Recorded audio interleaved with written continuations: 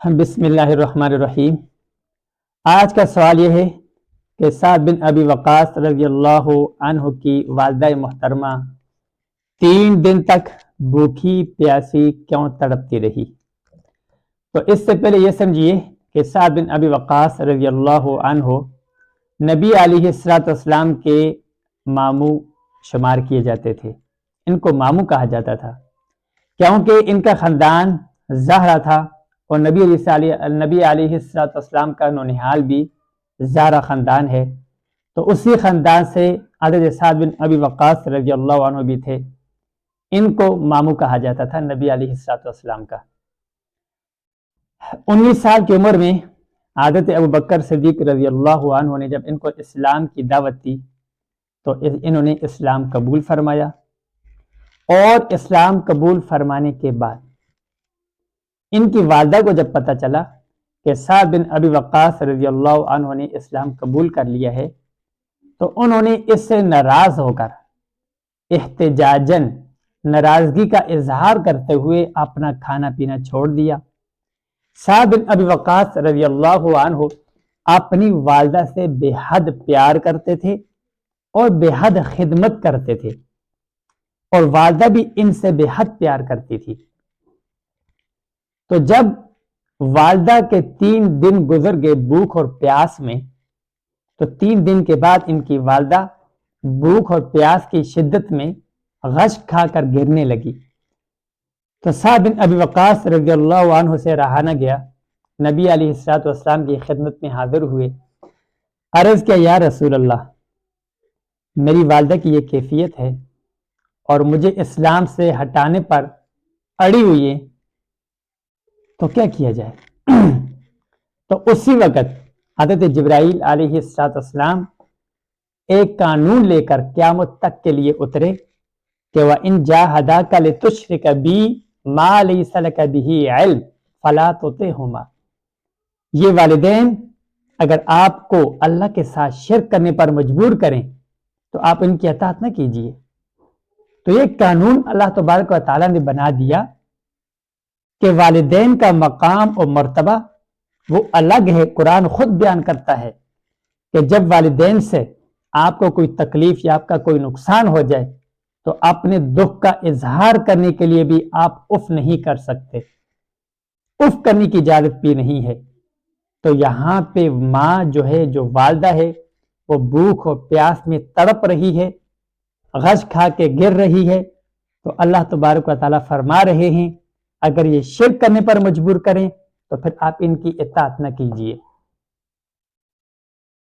سعد بن ابی وقاص رضی اللہ عنہ اکثر کہا کرتے تھے کہ میں اسلام لانے والوں میں پہلا ہوں، بچوں میں اسلام لانے والوں میں پہلا ہوں، لیکن شاہد کہ ان کو علم نہیں تھا کہ ان سے پہلے تقریباً 6 سے 7 آدمی مسلمان ہو چکے تھے۔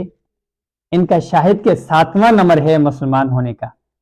اسلام میں جب یہ داخل ہوئے تو ان سے پہلے 6 یا 7 آدمی مسلمان ہو چکے تھے۔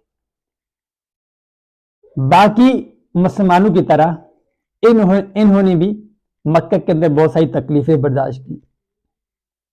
جب عبادت کرنے کا وقت ہوتا تو کچھ صحابہ مل کر، مسلمان مل کر ایک گھاٹی میں جا کر کافروں سے چھپ کر عبادت کیا کرتے تھے۔ تو ایک مرتبہ اسی طرح گھاٹی میں چھپے ہوئے عبادت کر رہے تھے کہ ایک کافروں کا گروہ پاس سے گزرا۔ جب انہوں نے مسلمانوں کو چھپ کر عبادت کرتے دیکھا تو طعنہ دیا کہ اتنا چھپ کر عبادت کرنا، اتنی بے بسی، یہ کون سی مجبوری ہے آپ لوگوں کی؟ تو سعد بن ابی وقاص رضی اللہ عنہ سے رہا نہ کیا، پاس میں ایک اونٹ کی ہڈی پڑی ہوئی تھی، اٹھا کے اس کافر کے سر پہ ماری، جس کی وجہ سے اس کا سر پھوٹا اور خون بہنے لگا۔ لکھتے ہیں کہ اسلام میں سب سے پہلے خون نکالا کافروں کا سعد بن ابی وقاص رضی اللہ عنہ نے۔ جس طرح باقی مسلمانوں نے مکہ چھوڑ کر مدینے کی طرف ہجرت فرمائی، اپنا سب کچھ، مال و متاع، وطن، سب کچھ چھوڑ کر مدینے کی طرف ہجرت فرمائی، تو سعد بن ابی وقاص رضی اللہ عنہ نے بھی اسی طرح اپنا سب کچھ چھوڑ کر مدینے کی طرف ہجرت فرمائی۔ تو مدینہ میں سب سے پہلے نبی علیہ الصلوۃ والسلام نے ایک سریہ، ایک قافلہ سعد بن ابی وقاص رضی اللہ عنہ کے ہمراہ ایک کافروں کے قافلے کی تجسس اور تلاشی کے لیے، جاسوسی کے لیے بھیجا۔ تو وہاں پر جب سعد بن ابی وقاص رضی اللہ عنہ کا جب کافروں کے قافلے سے آمنا سامنا ہوا، لڑائی تو نہیں ہوئی لیکن وہاں پر بھی سعد بن ابی وقاص رضی اللہ عنہ سے رہا نہ گیا اور تیر چلا دیا۔ تیر چلایا تو کتابوں میں لکھا ہے کہ اسلام کی خاطر سب سے پہلا تیر چلانے والا سعد بن ابی وقاص رضی اللہ عنہ ہے۔ یہ وہی صحابی ہیں کہ 10 صحابہ ایک محفل میں بیٹھے ہوئے تھے کہ جن کو جنت کی خوشخبری ملی، جن کو عشرہ مبشرہ کہا جاتا ہے، ان میں سعد بن ابی وقاص رضی اللہ عنہ بھی ہیں۔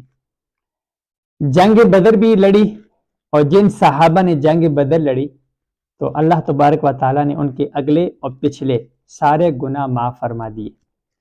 جنگ بدر میں ان کا بھائی بھی شہید ہوا۔ ایک بھائی کی پریشانی اور غم تھا، دوسرا ان کو جنگ بدر میں مال غنیمت میں سے ایک تلوار ہاتھ لگی جو بہت پیاری تھی۔ انہوں نے نبی علیہ الصلوۃ والسلام سے پوچھا کہ اگر آپ کی اجازت ہو تو یہ تلوار میں رکھ لوں، اب تک مال غنیمت تقسیم نہیں ہوا تھا۔ تو اللہ کے نبی نے فرمایا یہ تلوار آپ نے جہاں سے اٹھائی ہے وہیں پہ رکھ دو۔